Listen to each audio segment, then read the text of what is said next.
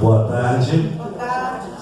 Gostaríamos de agradecer, em nome do Sem Justiça, a presença de todas e todos, aos servidores desta casa, aos convidados, universitários e comunidade forense. Gostaríamos de agradecer a parceria com a direção do Fórum em nos ceder este espaço. Gostaríamos de agradecer o aceite da nossa palestrante, agradecer também a presença dos companheiros e companheiras de luta filiados, em especial os delegados sindicais, e dizer a todas e todos que nós temos o grande desafio de, ao sairmos daqui hoje, com aquela inquietação de melhorar as nossas condições de trabalho e, de uma certa forma, também levar muitas dessas contribuições para as nossas casas. Gostaria também de registrar a presença isso é interessante e importante falar, do presidente da Comissão de Direitos Humanos da Câmara dos Vereadores, o serventuário e vereador Álvaro Oliveira. Vou passar agora a palavra para presidir esta mesa, esta tarde, os trabalhos desta tarde, a minha companheira, também diretora, a companheira Ana Paula do Povo Alves.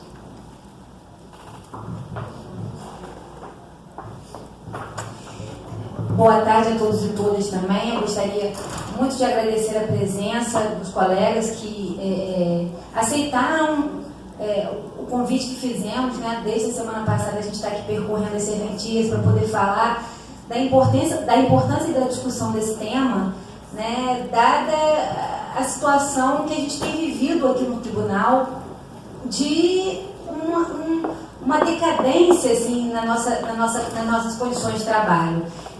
A gente tem deixado bem claro que, aproximando-se da database, quer dizer, nossa database, que é agora em setembro, a gente não pretende se restringir à discussão meramente da questão salarial. E aí, como pontapé inicial dessa discussão a respeito das nossas condições de trabalho, eu recebi a indicação da professora Elisete, que eu também estou tendo o prazer de conhecer, né? A gente sabe que ela tem uma vasta obra e um grande estudo nessa parte da psicologia do trabalho, em especial com os servidores públicos, né? Então, assim, eu gostaria de dar as boas-vindas, agradecer o aceite, né, como o Décio falou, e pedir e convidá-la a compor a mesa aqui para poder a gente dar início ao nosso trabalho.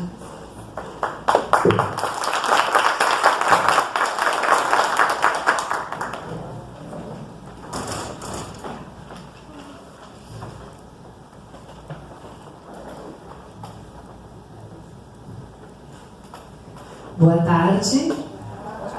Tudo bem? Antes de eu começar a minha fala, eu gostaria de pedir que vocês possam, então, circular um pouco pela sala, se cumprimentarem. Vamos exercer um pouco essa coisa tão boa, né, da convivência, do coleguismo, né, que possa haver, então, essa troca, que pelo menos umas 3, 4 pessoas recebam o teu abraço, o teu cumprimento.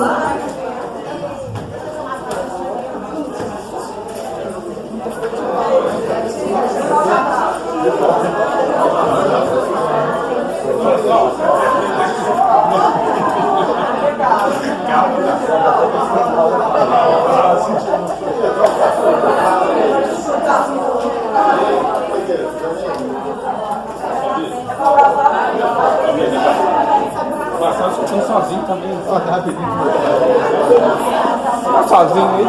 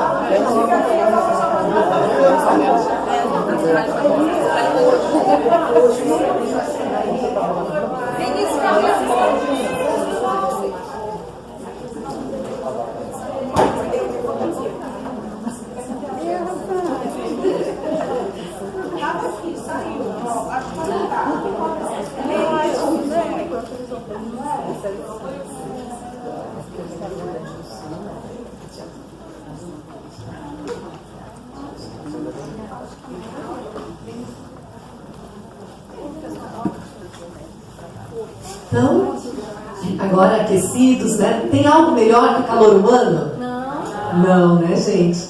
Então, sentindo esse calor humano, vamos começar a nossa fala. Eu vou falar para vocês assim, não quero, né, que seja um momento pesado, cansativo para vocês. Vou falar em torno de 40 minutos, mais ou menos, tá? E depois a gente vai estar, então, abrindo para um momento de uma conversa, né? Daquilo que vocês possam querer trazer, a gente dialogar junto. Acho que a gente tem um grupo aqui muito bom, né? De qualidade, né? Pessoas profissionais que abriram esse tempo na sua agenda para pensar sobre o seu trabalho. Então eu estou aqui para ajudar vocês nessa reflexão, que é super importante. Quero agradecer, né, o convite da Ana e estar aqui nessa mesa, né, com essas pessoas assim que têm esse respeito, né, e essa sensibilidade pelo trabalhador e pelo trabalho, né, pela importância do trabalho na vida da pessoa. Poder assim dizer que eu admiro muito essa iniciativa, né, que ela me tocou profundamente e que é motivo de realização profissional estar aqui compartilhando esse tempo com vocês. Eu tenho estudado muito sobre as questões do trabalho, né, tanto a nível de mestrado como a nível de doutorado, mais especificamente sobre as questões de trabalho, saúde, subjetividade, psicodinâmica do trabalho. E o que eu quero dividir com vocês, eu já tenho dividido com outros grupos, mas aqui com um olhar especial sobre as questões dos servidores do judiciário, poder pensar com vocês, ou serventuários da justiça, né? Poder pensar com vocês algumas questões do trabalho na atualidade. Então, num primeiro momento, a minha fala, por não conhecer ainda mais profundamente as demandas, eu dividi em duas partes. Mas vai ser um momento introdutório, talvez num outro momento se possa até aprofundar as questões. Então, num primeiro momento, eu vou trazer um panorama, né, das questões do trabalho na contemporaneidade, as suas consequências, os riscos psicossociais do trabalho, as questões contemporâneas e os seus impactos sobre a nossa subjetividade.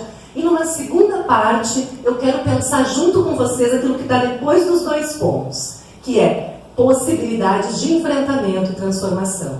E eu já quero começar trazendo uma fala assim, de que embora a gente vai trazer um cenário no primeiro momento, que é um cenário de dificuldades, a psicologia do trabalho tem se debruçado, se sentido convocada a pensar nas saídas e nas possibilidades de enfrentamento.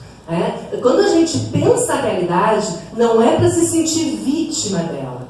Pensar sobre a realidade é revolucionário, porque a reflexão, a circulação da palavra, esse coletivo que se constrói para pensar sobre o que está acontecendo, gera um empoderamento, gera uma possibilidade de ser protagonista, né, e de criar novas formas de existência e de saúde. Essa é a nossa perspectiva. Tá? Então, quero começar trazendo para vocês o primeiro ponto, então, como está o trabalho na contemporaneidade. Pode avançar.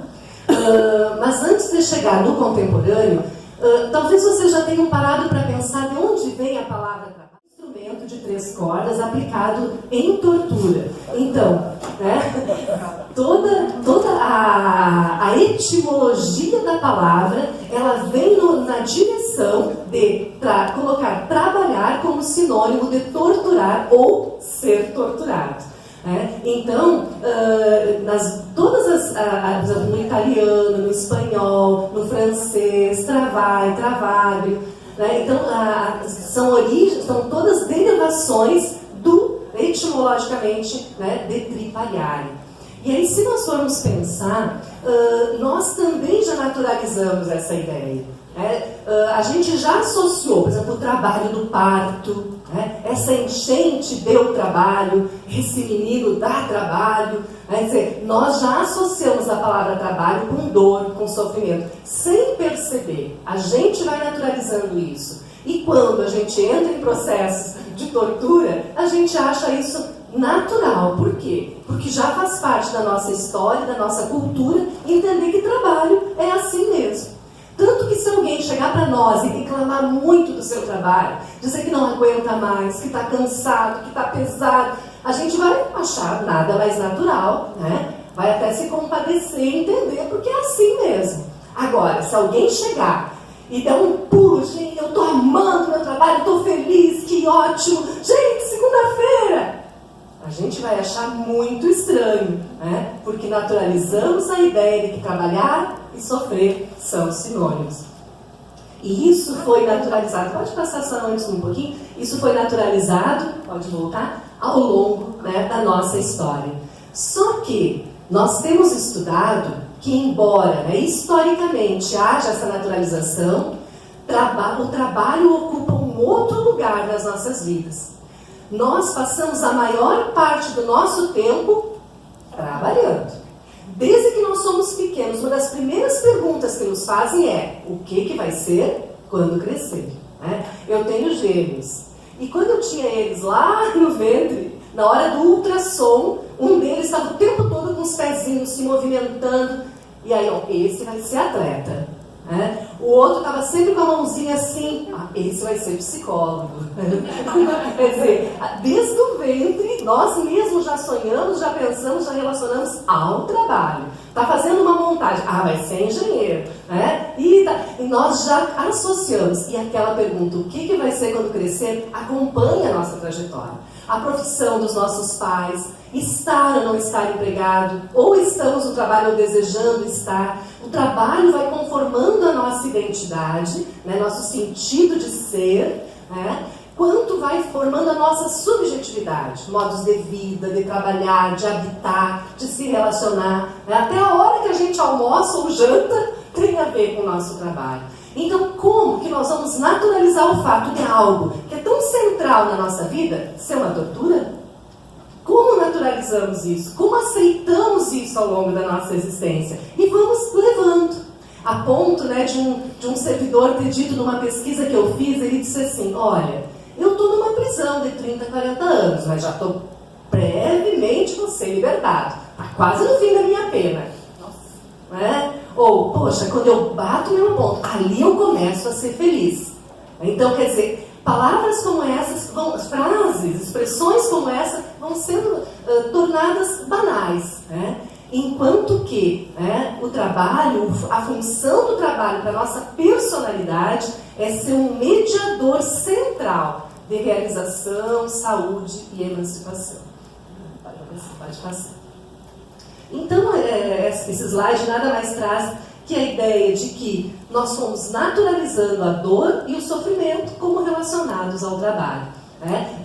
Separando os afetos, a realização e o prazer, deixando isso num outro lugar, que talvez um dia, no fim de semana, talvez nas férias, talvez na aposentadoria a gente possa chegar nesse lugar de prazer.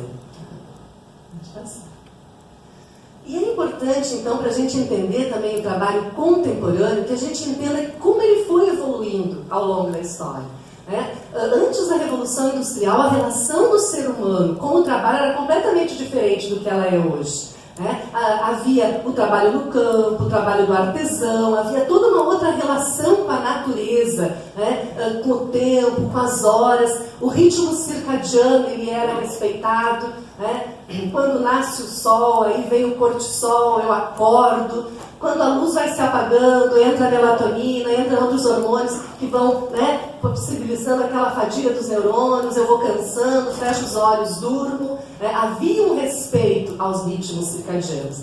Havia todo um ciclo que era respeitado de ritmos, em relação ao meu corpo e à minha natureza. Só que a partir da Revolução Industrial, desde a sua primeira onda, que é aquela da máquina a vapor, que vai tornando possível a produção em massa, logo depois veio a eletricidade, tornando possível o trabalho dia e noite, onde eu podia ter hora para entrar, mas não tinha mais hora para sair, até a terceira e quarta ondas que nós estamos vivendo hoje, essa união da tecnologia com a informática, a globalização, a idade mídia, fazendo com que a gente trabalhe não mais até tarde, mas que a gente trabalhe infinitamente, ininterruptamente, levando o trabalho conosco dentro de nós, subjetivamente e objetivamente, inclusive.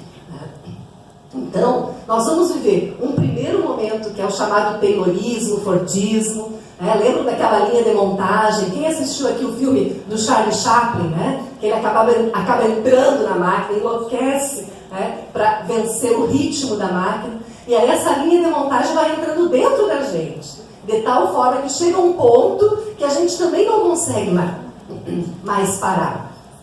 A gente está o tempo todo entendendo que a gente tem que entregar alguma coisa, cumprir uma produção.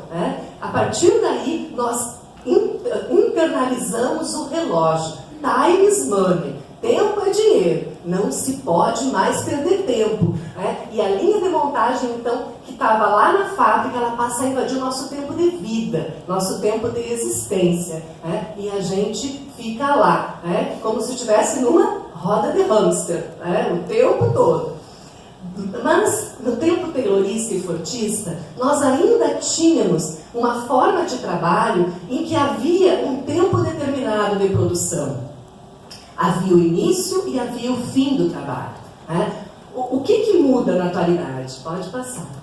Na atualidade, nós temos um outro modelo de organização do trabalho, chamado toyotismo. Alguém aqui que tem estudado sociologia, tem estudado a administração, engenharia, esses estudos mostram para nós quem é esse modelo de organização do trabalho, que é também um modelo de organização da vida. O que é o toyotismo? O toyotismo, então, também chamado de onismo, trazido por Taishi Ono, começou lá no Japão, depois que eles perderam a guerra.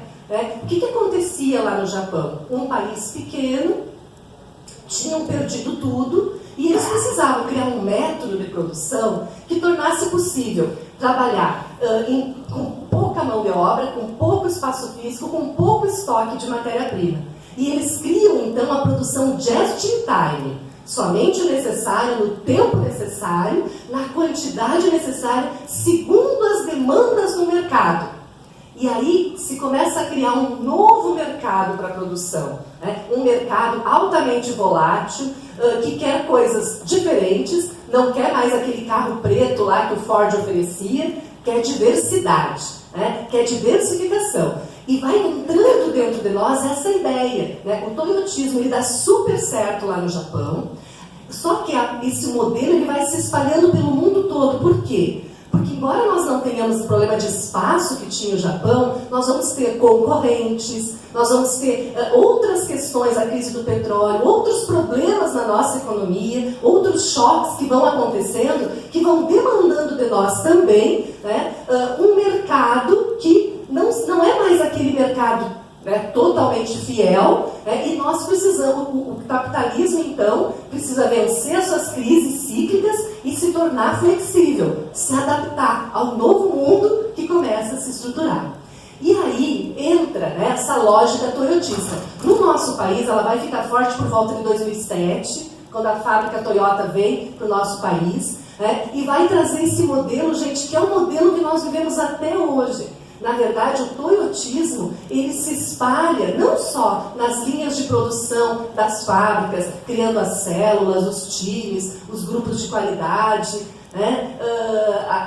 os processos de habilidades, outros tipos de formas de trabalho, de polivalência, exigência de qualificação crescente. smartphone, quando já vier o novo, a gente tem que ter o novo. Nós vamos buscar o novo, a diversidade, né? Isso vai se criando outras demandas. E esse trabalhador dessas novas demandas de mercado, ele também tem que ser um trabalhador aberto ao mercado, flexível, né? Sempre pronto para mudar.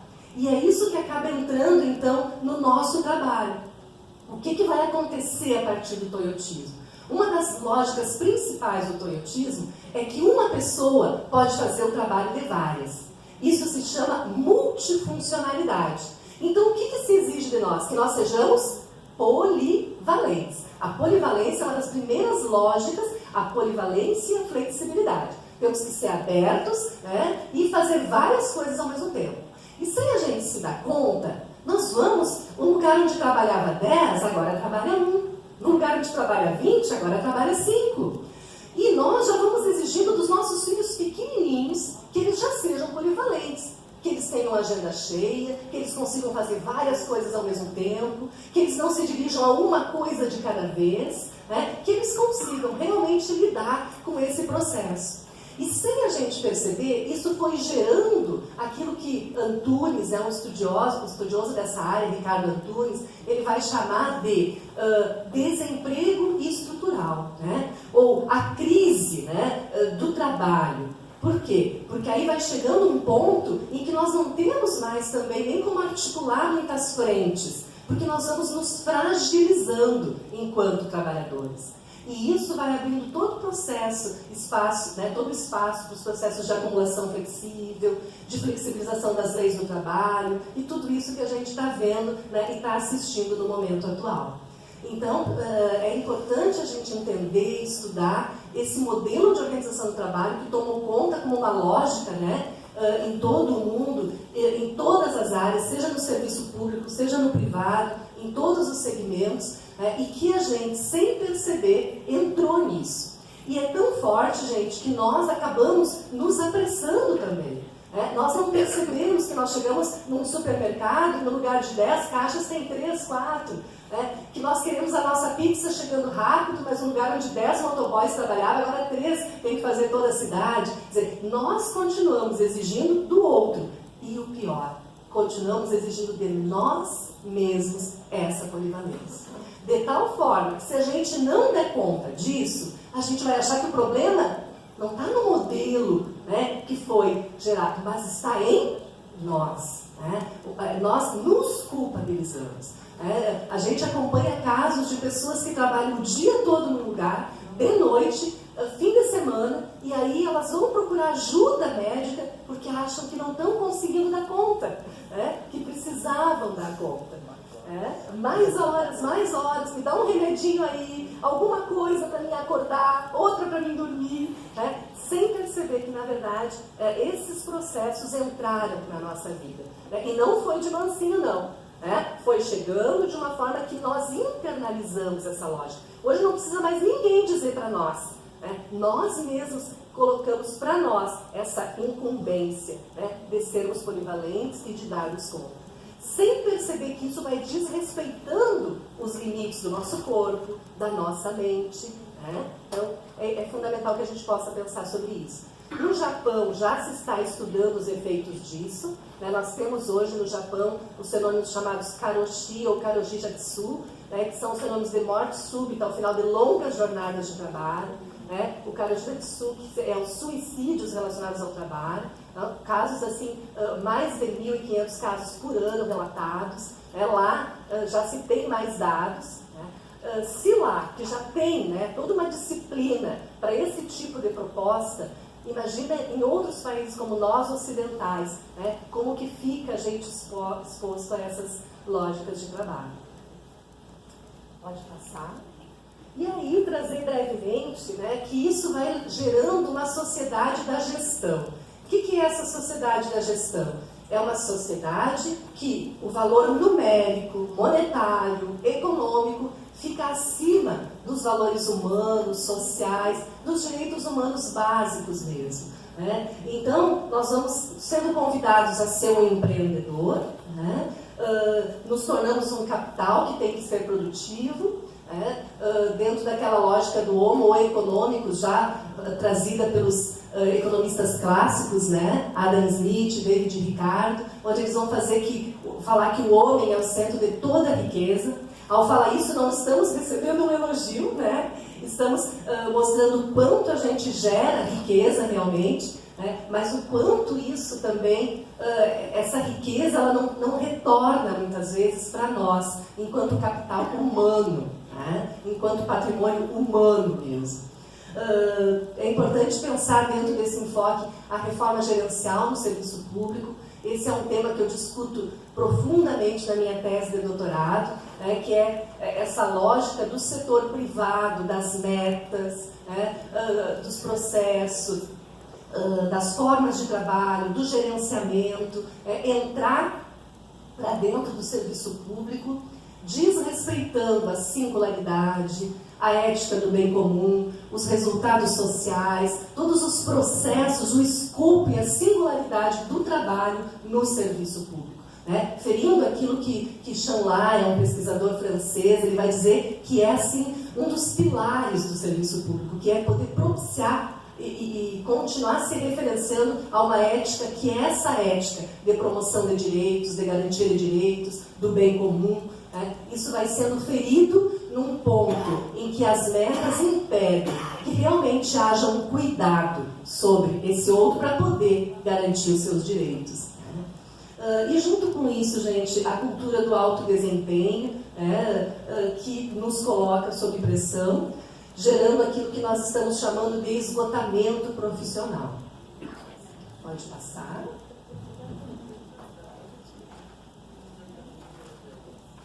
E aí eu quero trazer para vocês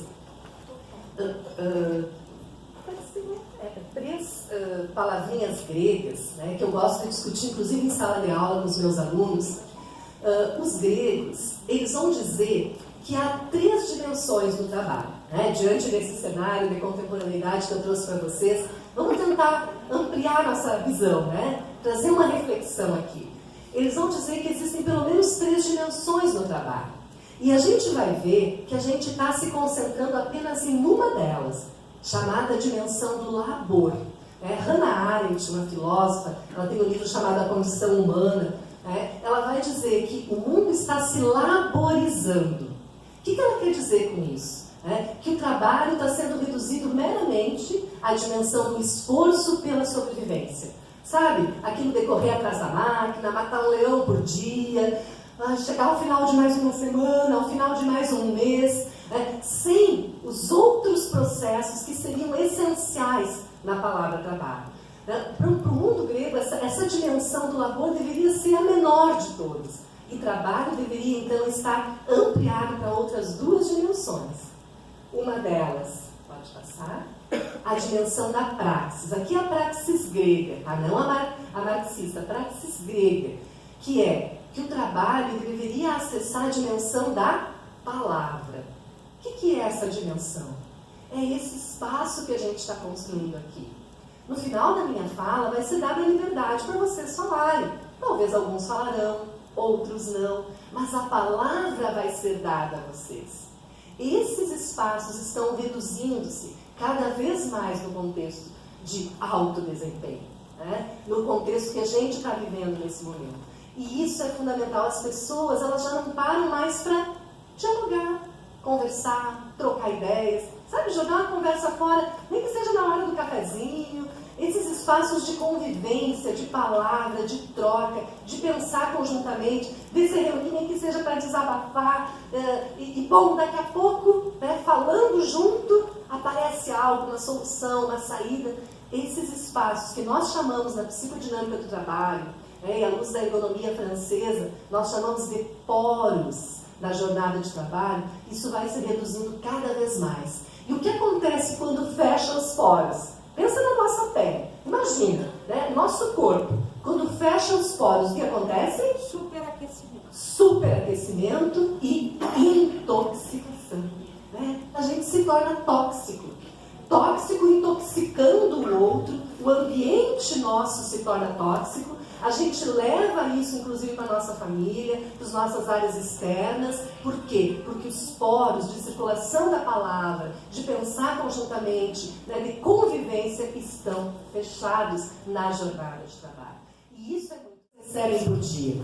Quantas coisas chegam aos olhos de vocês, chegam ao cérebro de vocês, quantas informações, quantas coisas, quantas vai chegando, né? É uma superabundância de estímulos. E sabe o que esse autor descobriu? Ele descobriu que nós, então, modificamos a nossa economia da atenção. Que a gente não consegue mais prestar atenção a uma coisa de cada vez. De tal forma que uma pessoa pode estar aqui falando comigo e eu não estou ouvindo ela, eu já estou pensando em outra coisa, que por vezes já estou pensando em outra coisa, eu não consigo mais me concentrar nas coisas. E com isso, eu vou acelerando o passo cada vez mais, na expectativa de conseguir alcançar, né, aquilo que eu quero, e isso vai levando a um processo de hiperatenção e hiperatividade. Por isso, gente, que nós estamos tão agitados. Né? Por quê? Porque nós estamos sendo hiperestimulados. Pode passar? E aí, gente, isso vai trazendo para nós algumas formas de adoecimento, tá? Eu vou trazer só o nome, porque assim, eu não quero aqui trazer para você só más notícias, tá? Eu estou trazendo dados da realidade para que a gente possa pensar nos riscos e nas causas que estão levando ao adoecimento. Quer dizer, as pessoas não estão entrando em depressão por acaso. Há razões contemporâneas para isso. Né? E esse autor, então, ele vai trazer algumas razões. A primeira delas, por que a gente entra em depressão? Porque, na verdade, nós estamos sendo pressionados a um desempenho que fica muito além da nossa capacidade, muito além dos nossos limites. E aí, nós vamos criando um processo de autoagressão. Nós mesmos agredimos a nós próprios. Né? Nós somos vítimas e, ao mesmo tempo, algoz de nós mesmos. E com isso, é claro que quem quer conseguir tudo o tempo todo, né, de início investe, mas vai chegar um tempo que cansa. E essa frustração vai levando a esses episódios de depressão. Então, é essa depressão associada a esse excesso, né, que nós vivemos no momento atual. Outro aspecto, né? Um outro chamado, não sei se vocês já ouviram falar, síndrome de burnout, o esgotamento profissional, já ouviram falar? Né? É um outro processo de adoecimento psíquico que pode nos afetar, né? Porque o desgaste nosso no cotidiano vai sendo tanto que a gente chega a um ponto, gente, você sabe uma panela de pressão? Vai vindo a pressão, o que acontece? Ela explode. E isso que acontece conosco, nas nossas emoções, é chamado pelos estudiosos de síndrome de burnout, ou síndrome do esgotamento profissional. Ou seja, a gente é exigido, mas a gente não para descansar. Vocês já pensaram no violão, por exemplo? Um instrumento de cordas. Toca. O que acontece com a corda? Arrebenta, né? E isso está acontecendo conosco. Os autores estão chamando isso de doping, né? O doping da atividade contínua, né? Onde nós não conseguimos mais fazer as paradas necessárias, né? E isso leva ao esgotamento profissional. Um outro quadro que nós vivemos muito é o da ansiedade. Quem já não se sentiu ansioso aqui, gente? A ansiedade, ela tem até uma tradução assim para a ansiedade, uma etimologia que tem a ver com sufocamento, né? E a ansiedade pode levar a comer, pode levar a outras formas, tentativas defensivas, né? Da ansiedade, para tentar dar conta dela. Mas vocês sabem por que nós nos tornamos ansiosos? Quer dar conta de tudo? E aí, fazer tudo, e para a gente dar conta de tudo e fazer tudo, o que a gente acaba fazendo? Aumentando a velocidade. Aumentando a velocidade. Que gente esperta, que ideia maravilhosa! Aumentando a velocidade. Vocês sabiam que o Ayrton Senna, uma vez, quando ele falou sobre velocidade, ele dizia assim, que há um momento, né, que a velocidade que a gente queria alcançar era tanta, que que havia um apagamento da consciência.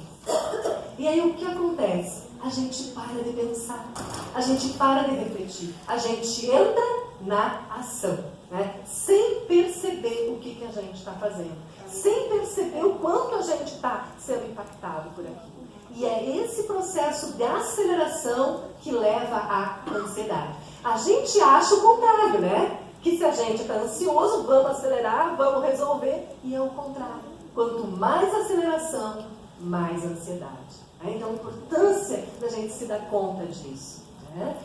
E um outro ponto que o autor vai falar que é bem interessante, ele vai falar de violência neuronal. Não sei se você sabe, gente, os jovens, nunca aconteceu, né, como na última, principalmente os últimos 5 anos, jovens, até 20 anos, estão sendo acometidos de acidente vascular cerebral.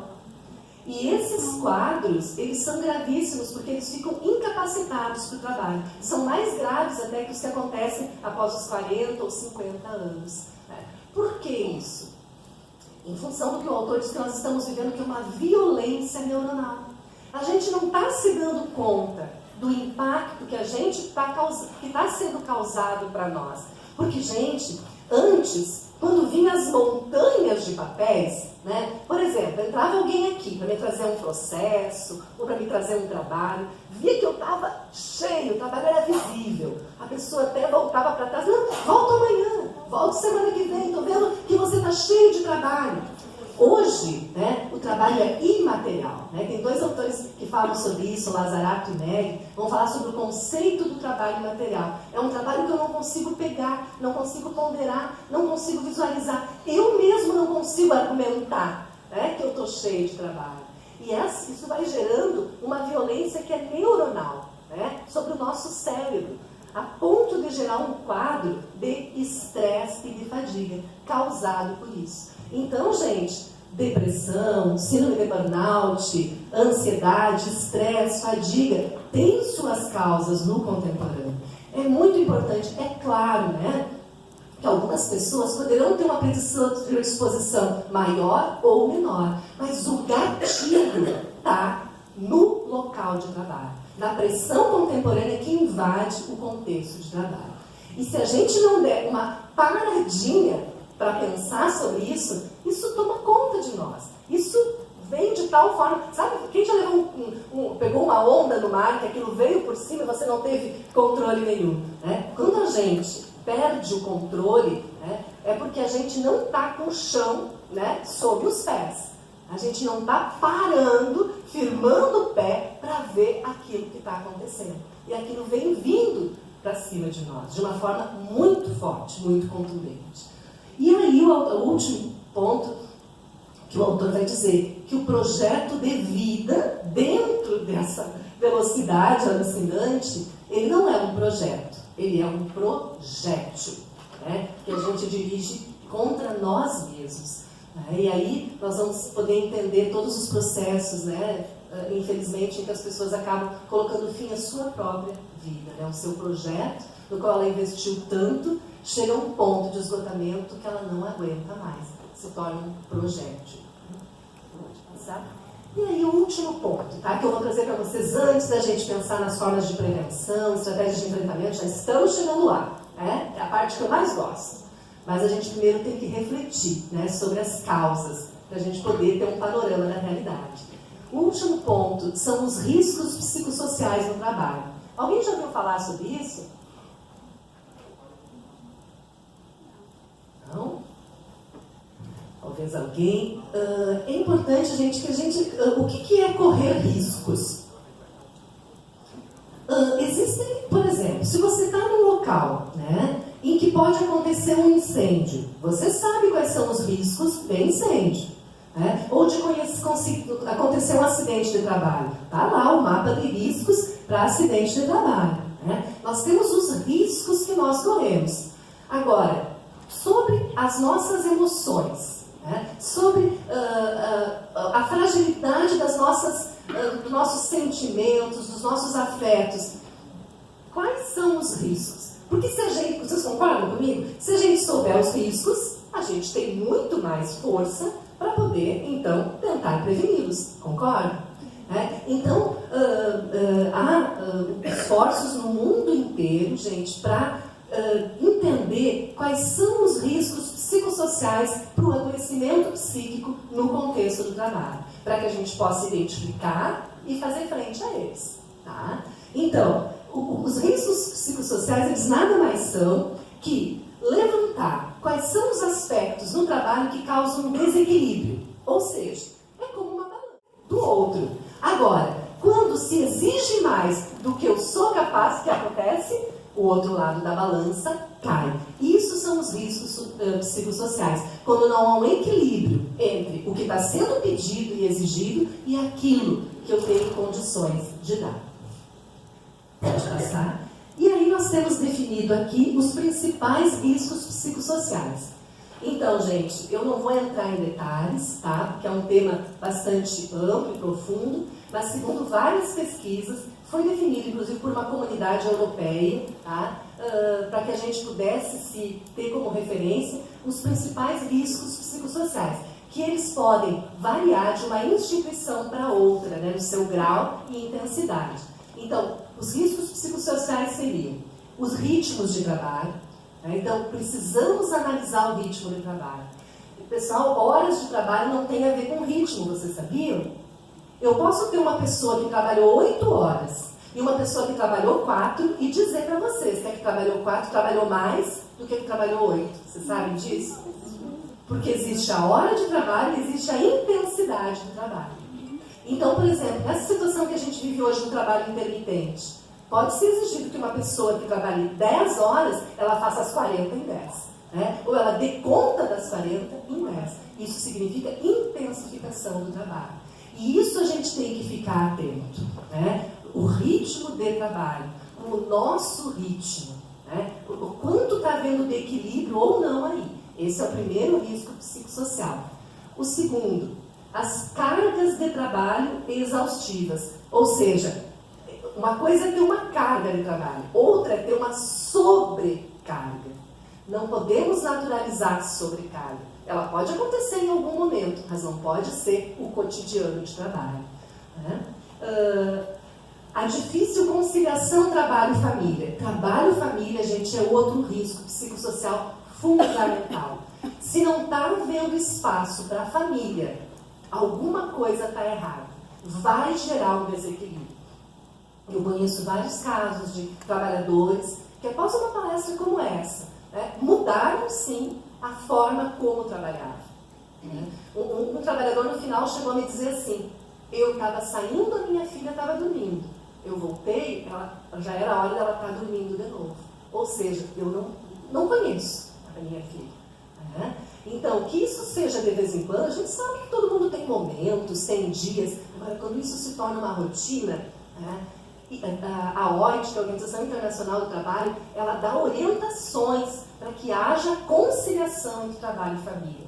Família é um local de apoio, de segurança fundamental. Quando isso começa a ser invadido, né, comumente, naturalmente, algo vai errado. Risco psicossocial de adoecimento. Né?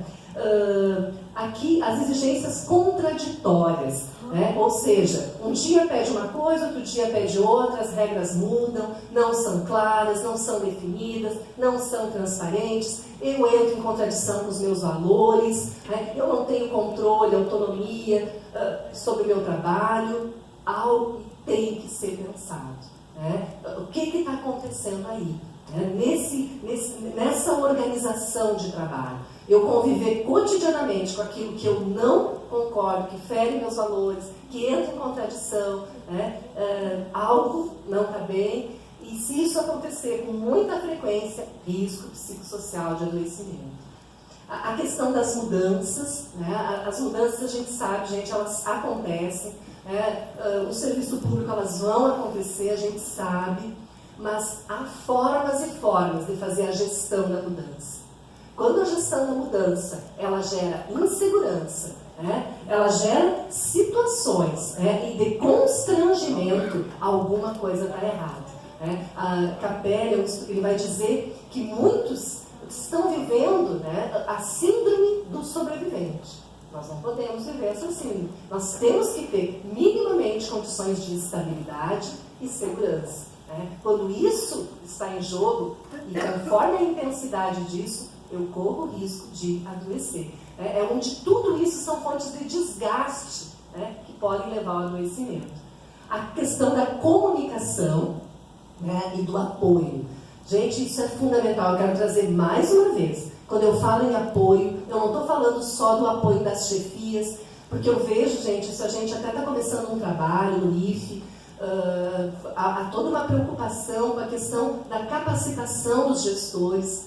A gente vê que muitos gestores entram nos cargos de chefia sem estar preparados, com questões de liderança, com questões de delegação, com questão de processos de informação, de comunicação, de relações de trabalho em equipe, não estão preparados para isso. E uma mera capacitação desses gestores pode fazer toda a diferença, né? Dar um outro olhar sobre a gestão. E a gente sabe a importância disso no nosso cotidiano de trabalho. A gente tem um apoio, a gente saber que está sustentado, está orientado por um chefe que nos informa, que nos respeita, que nos reconhece profissionalmente, que nos escuta, né? Porque o olhar que eu tenho sobre o trabalho, ele não tem. Eu tenho uma outra dimensão do trabalho que ele não tem. E esses processos, muitas vezes, o gestor não passou por uma formação para entender isso. Então, esse é um outro risco psicossocial no trabalho. E o outro ponto, o apoio dos colegas. Então, aquilo que eu já falava antes, né? Da falta de sensibilidade, de perceber. O meu colega, gente, não é o meu inimigo mais próximo. Né? O meu colega não pode ser o meu inimigo mais próximo. Eu posso ter ou não afinidade com ele. Mas ele, naquele momento, ele está ali como um suporte. Né? A gente tem percebido assim, que organizações que têm muitos problemas sobre todos os aspectos, até falta de recursos materiais, mas se tem o apoio social, um colega reconhece e apoia o outro, as pessoas não adoecem. Isso por si só, e é uma dimensão do trabalho que a gente tem controle. Sobre muitas outras a gente não tem, mas essa do nosso colega, isso a gente tem como criar estratégias de aproximação. Né? Então esse é um ponto fundamental. E por último, já falamos das questões do assédio, né? Todos esses fatores junto constituem riscos psicossociais que nos levam a um quadro de estresse, gerador das mais diferentes psicopatologias. Ah, gente, nós não estamos aqui falando, ficou louco, surtou. Não, são psicopatologias, né, que causam dor, sofrimento mesmo, do ponto de vista emocional. Pode passar. Então, e por fim, é muito importante o que a gente está fazendo aqui, poder entender a relação do trabalho e os riscos psicossociais no trabalho, né, como fonte de adoecimento. Quem adoece não é porque é fraco, não é porque já tinha esse problema, né? O trabalho pode sim ser um gatilho para o adoecimento, mas a partir do momento que os riscos psicossociais são identificados e são enfrentados, né, esses aspectos podem sim ser trabalhados. E aí, gente, como prevenir, então? Né? Tem aqui alguns pontos, né, que eu estou trazendo para vocês. Primeira coisa, então, olhar de frente os fatores de risco, né, que existe, claro, um diagnóstico de cada instituição, porque para cada uma, né, os aspectos são diferentes. Eu trouxe aqui os principais. Tentar minimizar esses fatores de risco mediante um trabalho até muitas vezes psicoeducativo da gestão, dos principais representantes, né, líderes envolvidos no processo. A detecção precoce, gente. Se vocês tiverem algum sintoma, não estão muito bem, né, fiquem atentos ao que o seu corpo fala, ao que as suas emoções estão dizendo. Né? Sempre é tempo de se cuidar. Mas quanto mais cedo a gente perceber e se proteger, se preservar, melhor. Né? Análise e melhoria das condições de trabalho. Existem vários processos de diagnóstico organizacional, diagnóstico econômico, várias ferramentas e instrumentos que podem ser aplicados. Atenção ao corpo e respeito aos seus limites, né? Eu já falava isso, eu quero reforçar. Gente, assim, trazer de novo de Júlio, ele vai dizer que saúde não é só ausência de doença, ou numa definição mais ampla, né, da Organização Mundial da Saúde, que vai dizer que é um quadro de bem-estar físico, psíquico, né, psicossocial. É mais do que isso. Ele vai dizer que saúde é quando a gente ouve o nosso corpo e dá a ele o descanso, o alimento, o cuidado que ele precisa. Isso é saúde. Né? Quando a gente garante esse equilíbrio para o nosso corpo, respeitando os nossos limites. Que a gente possa parar para pensar que não é porque a gente é incapaz ou porque a gente é fraco, a gente tem limites. Né? Esse instrumento precisa ser afinado.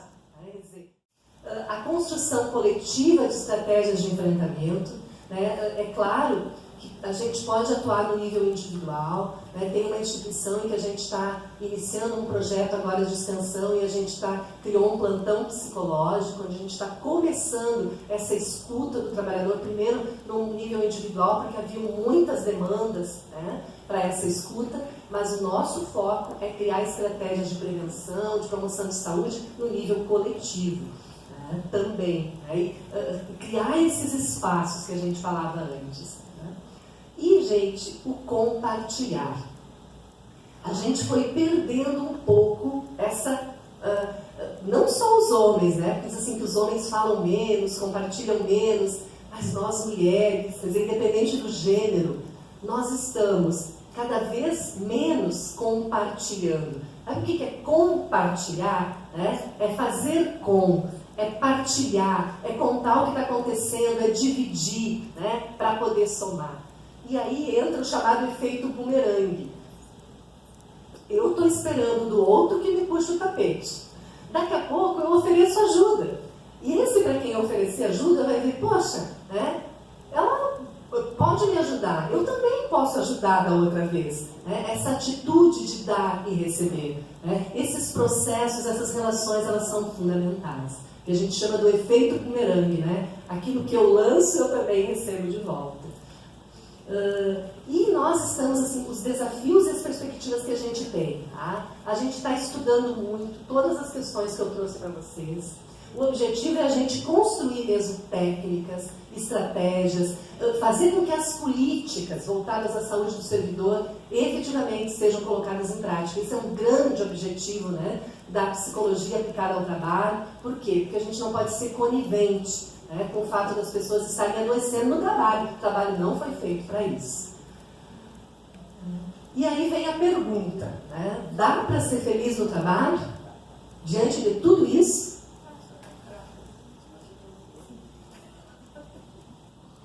Parece, né? Puxa, que choque.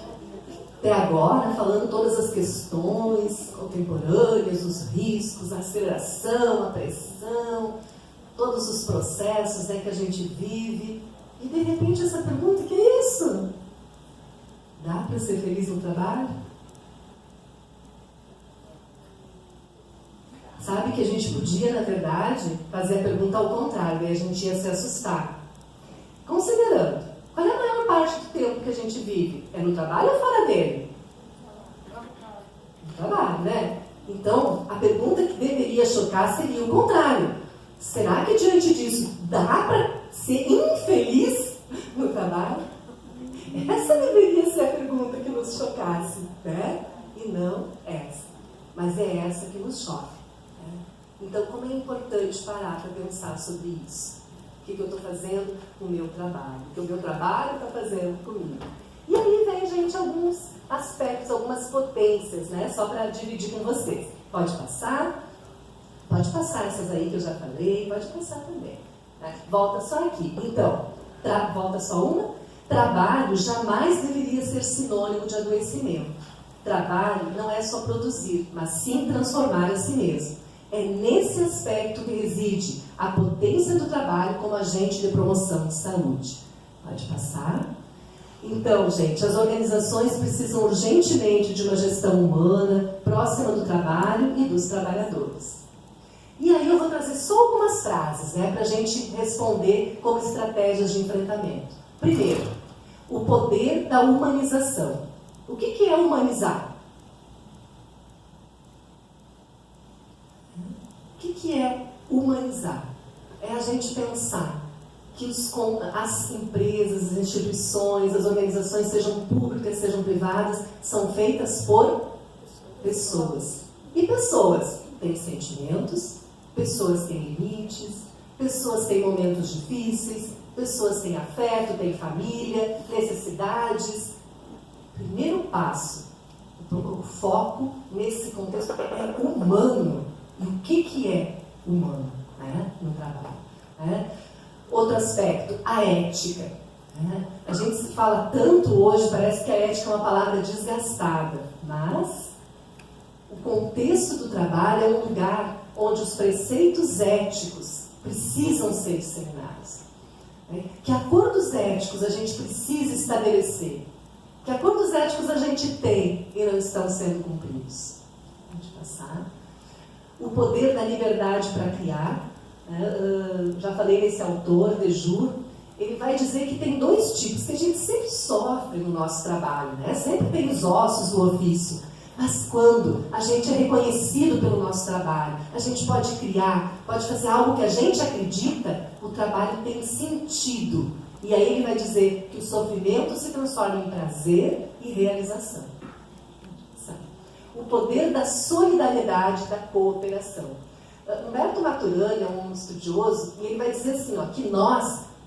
Vou perguntar para vocês, antes de dizer o que ele diz. O que vocês acham? Nós nascemos cooperativos ou competitivos?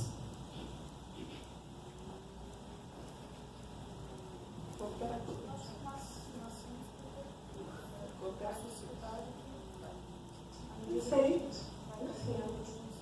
Exatamente.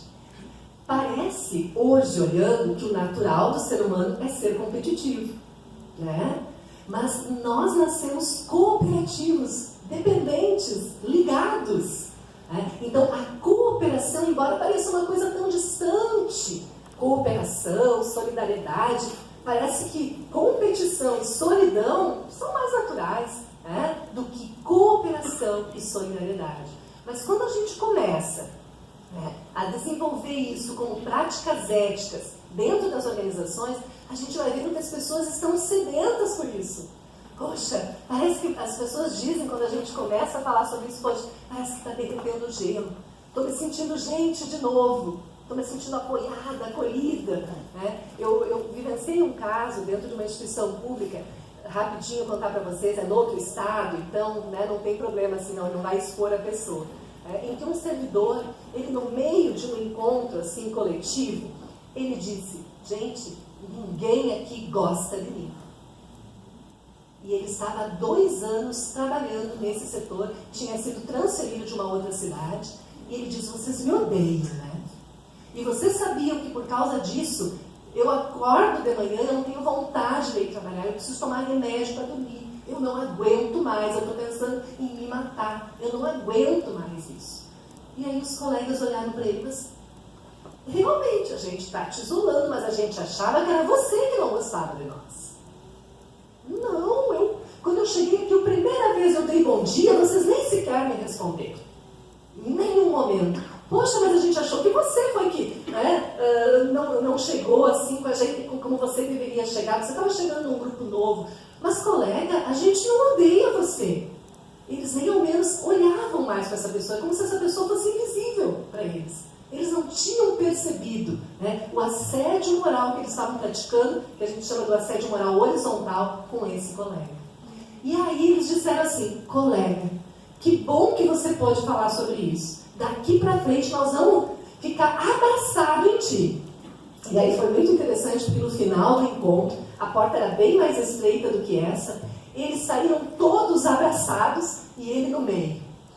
E um outro dia eu fui conversar com ele e ele disse, poxa vida, 2 anos sofrendo, né? Sem saber que na verdade se criou uma antipatia gratuita aqui, né? E eu sofrendo, eu não precisava ter sofrido tudo isso.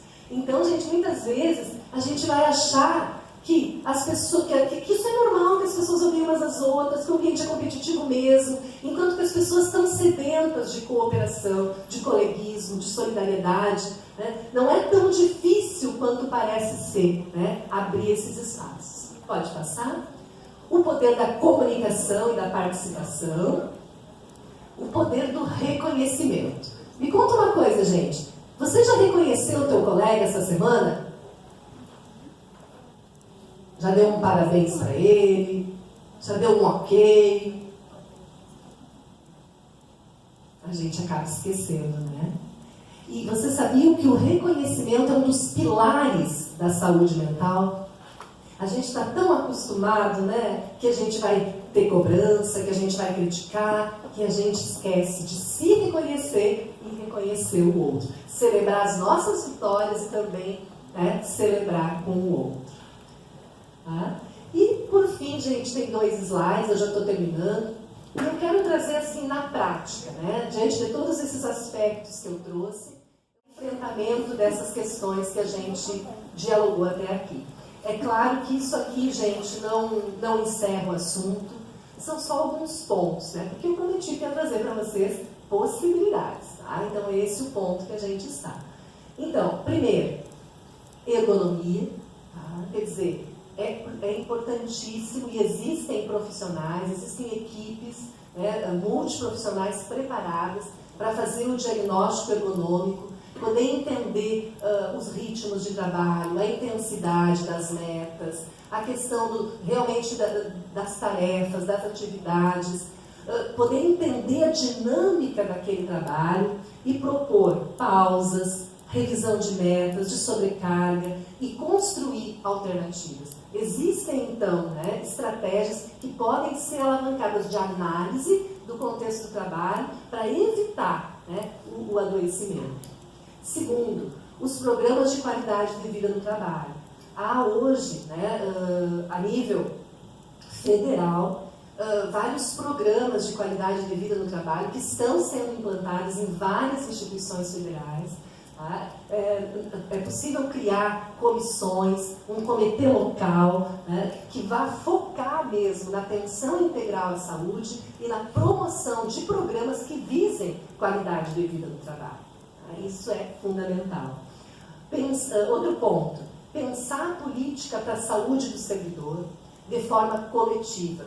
Existem políticas voltadas à saúde do trabalhador e elas precisam ser pensadas e precisam ser implantadas efetivamente. Né? Quer dizer, não é por acaso, gente, que essas políticas estão sendo lançadas. Né? Não é por acaso. Tem toda uma análise aí epidemiológica. O adoecimento psíquico, os agravos da saúde mental, eles já são considerados hoje uma epidemia. Tá? Então, é preciso fazer frente a isso. A gestão da cooperação e do diálogo, já falamos. Tá? As clínicas do trabalho, que são espaços que estão sendo levados para dentro da organização de escuta sensível e qualificada do servidor que não está bem, dando um espaço de escuta para ele, tanto a nível individual e coletivo. Já falamos das competências para a liderança e para a gestão. Outro ponto, conhecimento é fundamental.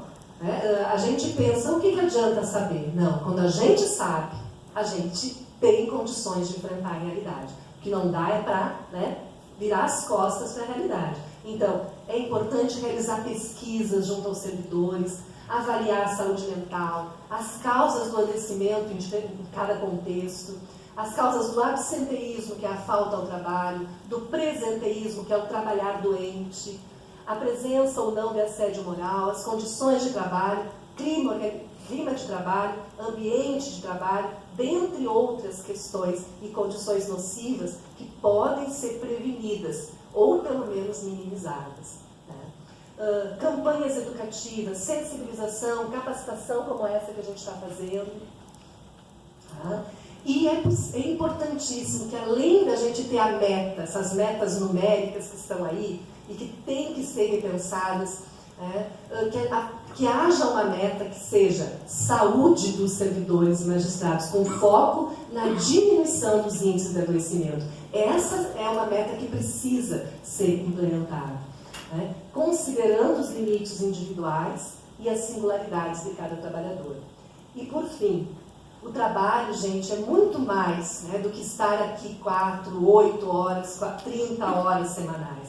O trabalho tem um significado social, é uma categoria estruturante da nossa personalidade, ocupa um lugar central em nossas vidas e precisa ser fonte de saúde, de realização e não de sofrimento e adoecimento.